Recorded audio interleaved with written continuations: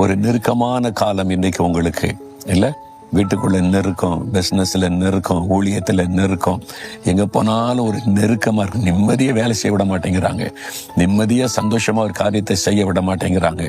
அதிகாரிகளால நெருக்கம், பொல்லாத மனிதர்களால நெருக்கம் ஒரு தீங்கு. எனக்கு தீங்கு செய்யறதுக்கு தான் அந்த அதிகாரிகள் முனைப்பு காட்டுறாங்க.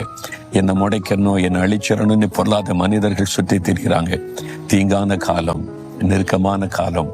அப்படி கடந்து போறீங்களா? மனிதர்களால தானே நெருக்கப்படுறீங்க. அதிகாரிகள், பொல்லாத மனிதர்கள், பொறாமை கொண்ட மக்கள், அவங்களால நெருக்கப்படுறீங்களா? என்று சொல்றாரு. உன்னை பகைக்கிறாங்க பத்தியா, உன்னை மேல பொறாமை கொண்டு பகைச்சு நெருக்கிறாங்க பத்தியா, அவர்களுக்கு நான் எதிர்ப்படுவேன்.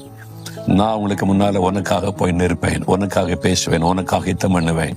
சுற்றிலும் இருக்கிற இடத்துல, வேலை செய்யற இடத்துல எல்லாம் பயமுறுத்தல்கள் நெருக்கமா இருக்குன்னு நினைக்கிறீங்களே, உனக்காக நான் அதை ஃபேஸ் பண்றேன் ஆண்டவர். உனக்காக நான் போய் அவன்கிட்ட பேசுவேன், நான் அவனை சந்திப்பேன்னு சொல்றார். அதுதான் ஆண்டவர்.